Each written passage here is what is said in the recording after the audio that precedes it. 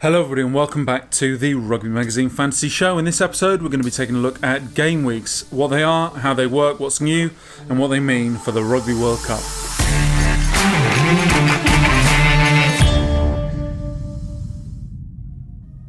Those of you who've played our fantasy before will know what game weeks are, but be careful because they've changed going into the Rugby World Cup. So what are game weeks? Well, game weeks are effectively a term that we use for a collection of fixtures. So for domestic competitions like the Premiership or Super Rugby, that's pretty simple. Round 1, Round 2, Round 3. For the World Cup, it's slightly different. Obviously, the group stage fixtures are played out over the course of several weeks, and we've broken those down into those collection of fixtures and game weeks. So that's the what, now the how. So game weeks will close 15 minutes before the first fixture kicked off, and they'd open again once all the fixtures in that game week had been played. Now that's fine for domestic competitions, as I said, like the Premiership or Super Rugby, but when you throw in the group stage of the World Cup, that becomes a little bit more troublesome.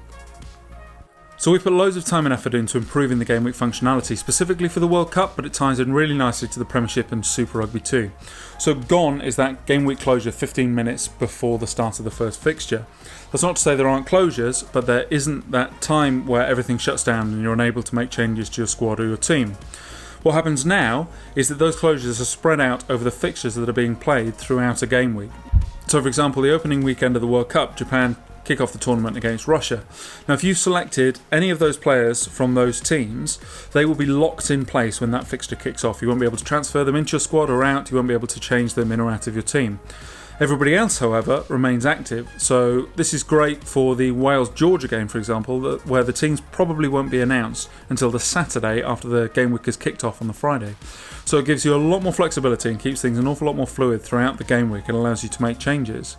If you can't make changes in time, don't worry, we've still got the same auto-subs functionality that will bring a player from your bench into your starting team. And teams are entered with more regularity now, so at the outset of every fixture, and we also generate points at the end of every fixture as well to keep that ticking over. And of course you can check out your game week progress using the live dashboard, and I'll give you more information about how that works in another episode.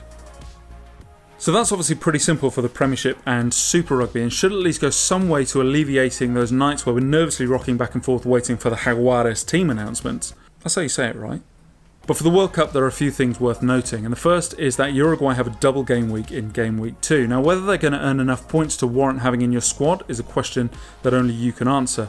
The second point is that the England-Argentina game actually falls outside of the game week window. Now teams will have been announced by then, so there shouldn't be any major problems, but it's worth just bearing in mind.